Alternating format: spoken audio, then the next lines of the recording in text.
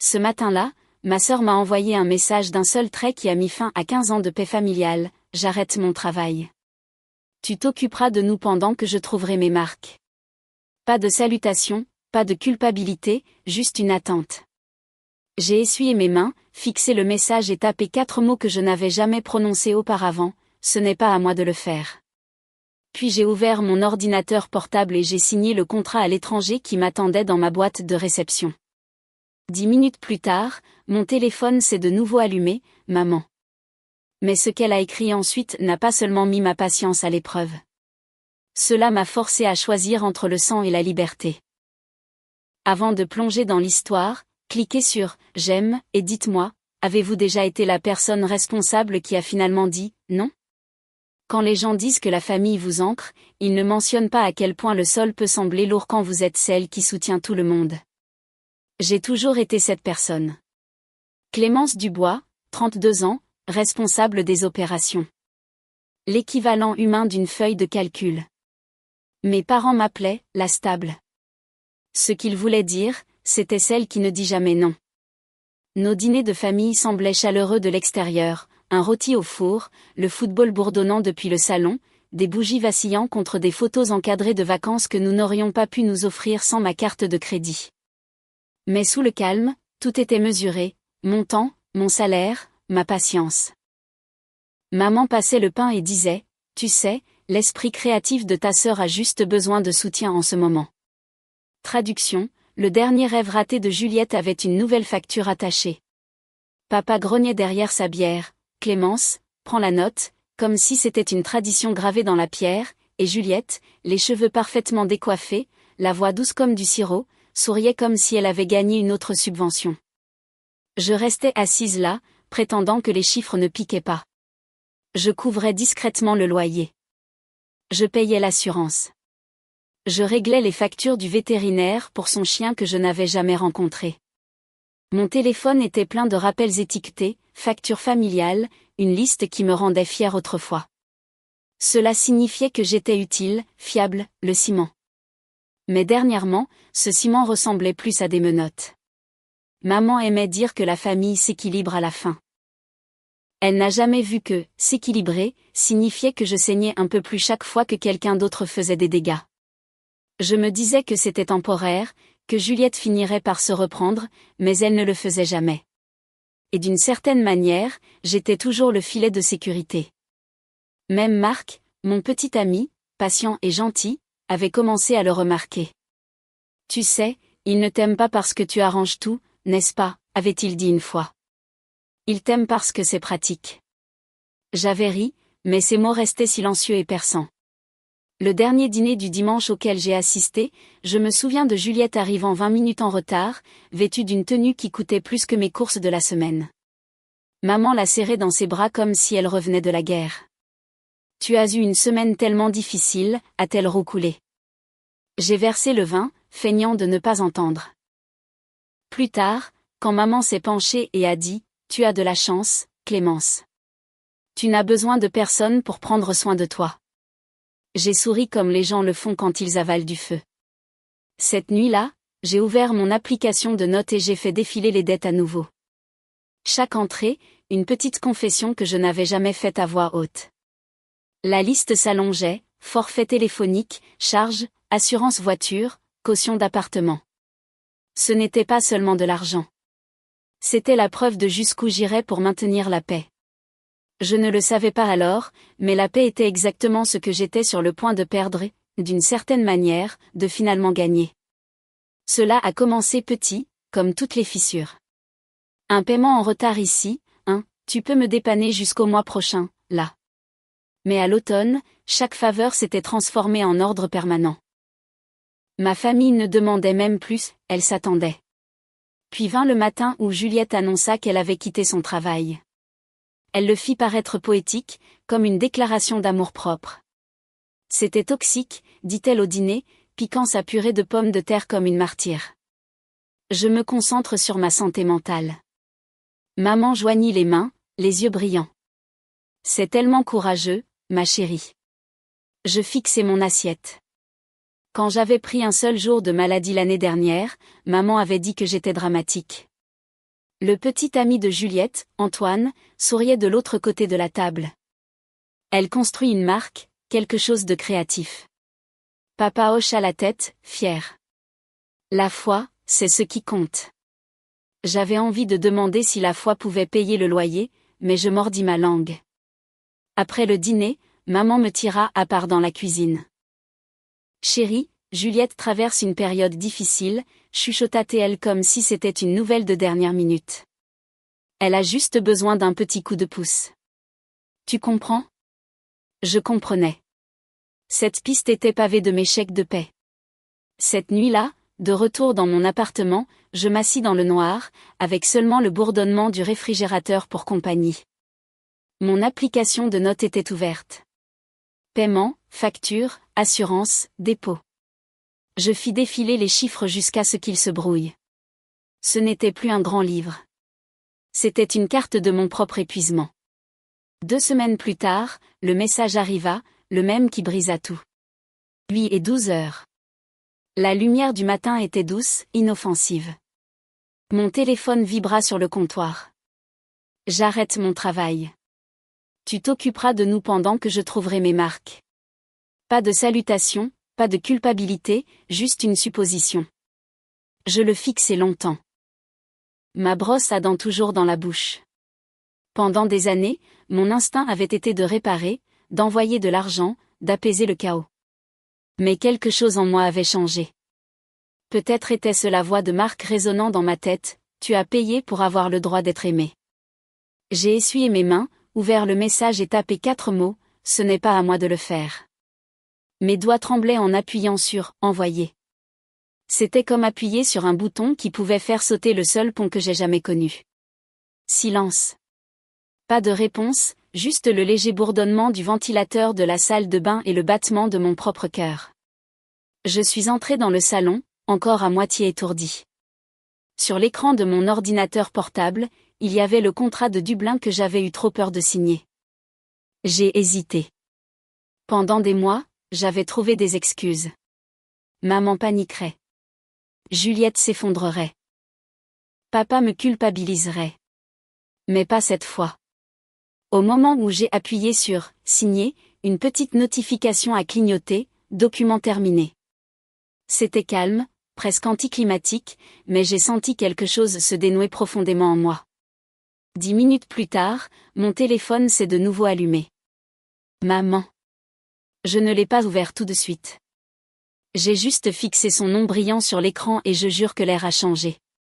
Quoi qu'il arrive ensuite, je savais déjà que ce ne serait pas de l'amour. Ce serait le prix à payer pour avoir dit « non ». Le message de maman est arrivé exactement 10 minutes plus tard, comme une horloge. Si tu n'aides pas ta sœur, ne viens pas à la dinde de Noël.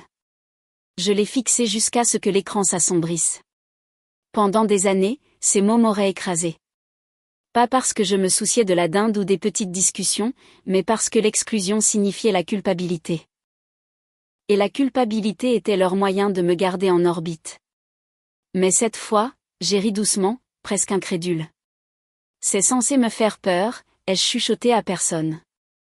Mais ça ressemble à de la liberté. Je me suis assise à mon bureau, j'ai ouvert mon ordinateur portable et j'ai regardé la confirmation du contrat qui brillait encore de plus tôt, Dublin. Logement inclus. Date de début lundi. C'était comme une vie dont je n'avais fait que rêver, qui m'attendait tranquillement de la choisir.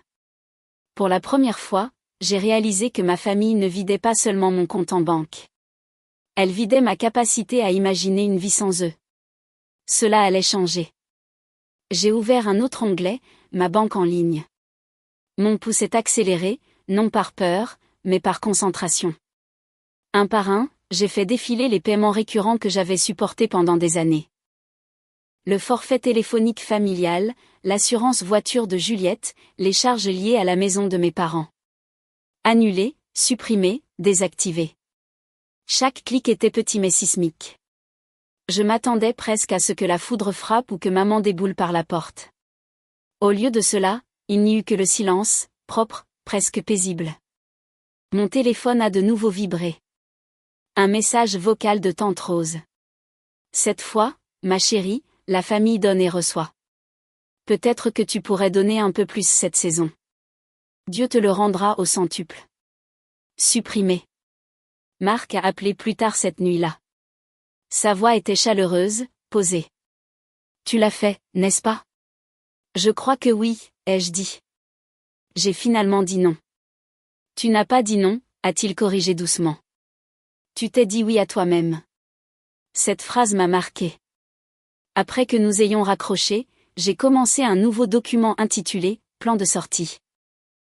Je l'ai tapé en gras. En dessous, j'ai énuméré chaque étape comme des instructions de survie.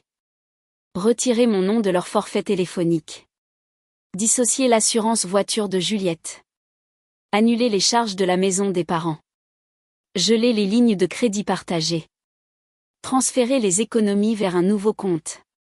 Chaque ligne serrait un nœud que je n'avais pas réalisé qu'il était encore lâche.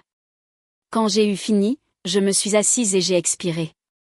Pour la première fois depuis des années, ma vie ne ressemblait plus à une liste de choses à faire écrite pour quelqu'un d'autre. Pourtant, les vieilles habitudes me tiraient. Je continuais à vérifier mon téléphone, m'attendant à ce que maman appelle, m'attendant à des excuses qui ne venaient jamais. À minuit, 23 messages non lus clignotaient sur mon écran. Aucun d'eux ne disait « Je suis fier de toi ». La plupart disaient quelque chose comme « Tu vas le regretter ». Peut-être que je le regretterais, mais au moins le regret m'appartiendrait enfin. Alors que je fermais mon ordinateur portable, la notification du contrat de Dublin clignota à nouveau, un rappel, vol confirmé. 5 jours, ai-je chuchoté à voix haute, testant le son, 5 jours avant la liberté. Maman n'a pas tardé à intensifier les choses. Dès le lendemain matin, mon téléphone était une zone de guerre. Texto de groupe, appel manqué, culpabilité dégoulinant de chaque message. Maman, réunion de famille ce soir. Papa, nous t'attendons ici à 19h. Juliette, ne rends pas ça plus difficile que ça ne l'est déjà. C'était étonnant de voir à quelle vitesse il pouvait transformer, s'il te plaît, aide-moi, comment oses-tu? J'ai fixé l'écran longtemps avant de taper la réponse la plus simple de ma vie, je ne serai pas là. Presque instantanément, les bulles de saisie sont apparues. Maman, tu viendras. Juliette, tu es incroyable. Papa, surveille tonton. J'ai mis la discussion en mode silencieux et j'ai posé mon téléphone face cachée. Le silence était sacré. À 18h52, la sonnette a sonné quand même. Quand j'ai regardé par le Judas, papa se tenait là, encore dans sa chemise de travail, la mâchoire serrée. Ouvre la porte, Clémence. Non, ne joue pas, je ne joue pas, il marmonna quelque chose à voix basse à propos d'un manque de respect, mais je ne bougeais pas. Finalement, les pas s'éloignèrent dans le couloir. J'ai verrouillé le pen dormant 2 fois, me suis appuyé contre la porte et j'ai laissé échapper un souffle tremblant. Il ne venait pas pour parler. Il venait pour gagner. Le lendemain, maman a essayé une arme plus douce, un message vocal. Son ton était enrobé de sucre et tremblant. Chérie, Juliette fait de son mieux. Elle a juste besoin d'un petit soutien, juste cette fois. Pense à ce que signifie la famille. Je l'ai supprimé à moitié. Le soir, j'ai reçu un appel FaceTime. La conférence de famille. J'ai failli ne pas répondre, mais une partie de moi voulait voir leur visage. Voulait enfin arrêter de faire semblant. Quand l'écran s'est allumé, tous les 3 étaient là. Maman dans la cuisine, papa à la tête de la table, Juliette à côté d'elle, les yeux gonflés et une lumière parfaite. Antoine planait en arrière-plan, faisant semblant de réparer quelque chose sur son téléphone. Clémence, a commencé maman doucement. Pouvons-nous parler comme des adultes? Je pensais que c'est ce que je faisais, ai-je dit. Juliette a bondi. Tu nous as embarrassés. Tu m'as fait passer pour une mendiante. Je ne t'ai fait rien du tout, ai-je répondu. Tu as envoyé une demande et j'ai refusé. Ses lèvres tremblaient. Tu ne crois pas en moi. Tu n'as jamais cru en moi. Celle-là m'a fait mal, non pas parce que c'était vrai, mais parce que ça marchait avant, Juliette, ai-je dit avec précaution. La croyance n'est pas un prêt bancaire. Antoine a gloussé, bas et condescendant. Elle est tellement coincée. Pas étonnant que tu sois célibataire la moitié de l'année. Ma voix ne s'est pas élevée. Antoine, tu t'entends seulement? Il a souri narquoisement. Juste une blague. Maman a coupé court. Assez, Clémence. L'entreprise de ta sœur pourrait changer sa vie. Elle a juste besoin de quelqu'un de responsable sur le papier. Papa s'est penché en avant, les mains jointes. Ce n'est même pas risqué. C'est un petit prêt, 150 000 € maximum. Tu te porteras caution. C'est tout. C'est tout, ai-je répété, laissant les mots s'imprégner. Vous me demandez de garantir un prêt de 150 000 € pour quelqu'un qui a quitté son travail la semaine dernière. La voix de maman s'est durcie. Ne sois pas dramatique. Nous t'avons mieux élevé que ça. J'ai senti quelque chose se briser. Pas de la colère, juste de la clarté. Vous ne m'avez pas élevé pour dire oui. Vous m'avez élevé pour survivre en disant non. Le silence qui a suivi était assez épais pour être touché. Le visage de papa a rougi. Surveille tonton. Je le fais, ai-je dit calmement. C'est calme. Les yeux de maman se sont plissés. Alors c'est ça. Tu abandonnes ta famille. J'abandonne d'être votre plan financier. Juliette a commencé à pleurer, le mascara coulant au coin de ses yeux. Tu me punis d'être différente. Je pose des limites, ai-je dit. Il y a une différence. Maman a frappé la table de sa main. Tu le regretteras, Clémence. J'ai hoché la tête une fois. Peut-être, mais je le regretterai à mes propres frais. J'ai mis fin à l'appel. Quelques secondes plus tard, la discussion de groupe a explosé. Des paragraphes de maman, des menaces de papa. Des émojis de tante Rose. Un message de Juliette, tu as détruit cette famille. Je n'ai pas répondu. J'ai désactivé les notifications, ouvert mon plan de sortie et commencé à cocher les cases. Retiré du forfait téléphonique, assurance désactivée, charges annulées, ligne de crédit partagée fermée. Chaque tâche accomplie me semblait plus propre que la précédente. À minuit, 43 appels manqués clignotaient sur l'écran. Aucun de marque, il savait. Quand le téléphone a sonné à nouveau, j'ai finalement décroché. Salut, a-t-il dit doucement. Tu as l'air plus légère. Je crois que j'en ai juste marre, ai-je dit. Alors fais quelque chose. Pas pour la vengeance, pour la paix. Cette phrase a touché plus profondément que prévu. À 10h04, j'ai rédigé un dernier message à ma mère. Je pars pour Dublin lundi. S'il vous plaît, arrêtez de me contacter sauf en cas d'urgence. J'ai hésité sur « envoyer », la main tremblante. Puis j'ai appuyé. Le lendemain matin, la riposte fut rapide, des publications sur Facebook à propos d'enfants ingrats, des chaînes de messages de tante Rose sur le pardon, l'histoire énigmatique de Juliette, parfois, ceux que l'on aime nous retiennent. Ils voulaient que je ressente de la honte. Au lieu de cela, je me suis sentie sereine. Le lundi venu, j'ai fermé ma valise. L'air dans mon appartement était froid, propre. Chaque facture a mon nom, chaque clé dans ma main. Alors que je roulais ma valise vers la porte, mon téléphone a vibré une dernière fois. Un message de maman, nous n'oublierons pas ça. J'ai répondu lentement, moi non plus. Puis je l'ai éteint. À l'aéroport, alors que les moteurs de l'avion rugissaient, j'ai pensé à chaque table de Noël, à chaque culpabilisation, à chaque « oui » silencieux qui avait construit leur confort. Et j'ai pensé à ce petit « non » qui avait tout démoli. Quand les roues ont quitté le sol, mon cœur aussi. Dublin était plus froid que je ne l'imaginais. Ciel gris, air humide et une sorte de silence auquel je n'étais pas habituée. Mais c'est peut-être pour cela que cela ressemblait à une guérison. Mon appartement de fonction était petit, un T2, des murs blancs, une vue sur le canal. Tout à l'intérieur m'appartenait. Chaque facture, chaque clé, chaque décision, pas de compte partagé, pas de pièces empruntées. Pendant la première semaine, je me suis déplacée comme quelqu'un qui réapprend à respirer. Je me levais tôt, marchais jusqu'au travail à travers les rues pavées et buvais un café qui avait vraiment mon goût. Le soir, je cuisinais pour une personne et écoutais la bouilloire siffler. Parfois, je me surprenais à attendre le prochain appel de crise qui ne venait jamais. Le silence me semblait étrange jusqu'à ce qu'il ne le soit plus. Marc est arrivé ce vendredi-là, valise à la main, et un sourire qui rendait l'endroit moins étranger. Tu l'as vraiment fait, a-t-il dit. Tu es parti. J'ai ri doucement. Oui, et d'une certaine manière, je tiens toujours debout. Il a regardé autour de l'appartement. C'est paisible ici. Paisible, c'est bizarre, ai-je admis. Mais je vais m'y habituer. Nous avons dîné sur le canapé, des bougies vacillant contre la fenêtre striée de pluie. Mon téléphone était posé face cachée sur la table, silencieux. Quand je l'ai finalement ramassé, il n'y avait pas de nouveaux messages. Pour la première fois depuis des années, l'absence de bruit me semblait une bénédiction. Les jours se sont transformés en semaines.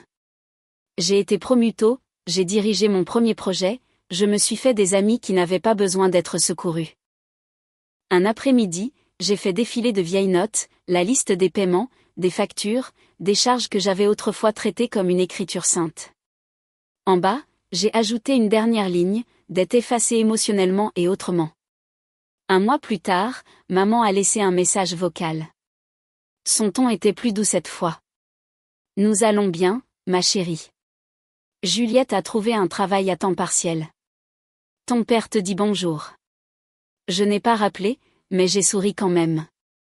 La distance faisait ce que l'amour n'avait jamais pu faire. Cela rendait les choses plus douces. Parfois, je me tenais près de la fenêtre, regardant les lumières du canal ondulé. L'ancienne Clémence se serait sentie coupable de se sentir bien. La nouvelle a juste chuchoté, j'ai gagné ça. Dimanche matin, la lumière du soleil s'est répandue sur la table de la cuisine, captant la vapeur de mon café. Pas de téléphone qui vibre, pas de nouvelles exigences, juste le silence. J'ai repensé à ce premier message, celui qui a mis fin à 15 ans de paix familiale. Tu t'occuperas de nous. Peut-être qu'autrefois je l'aurais fait, mais plus maintenant. Je confondais autrefois le fait d'être nécessaire avec le fait d'être aimé. Maintenant, je sais que le véritable amour ne vous vide pas. Il vous stabilise. J'ai regardé le skyline de Dublin, souriant à moi-même. La paix n'est pas venue avec des feux d'artifice. Elle est venue avec le silence. Si vous avez déjà choisi la paix plutôt que la culpabilité, partagez votre histoire ci-dessous. Vous n'êtes pas seul.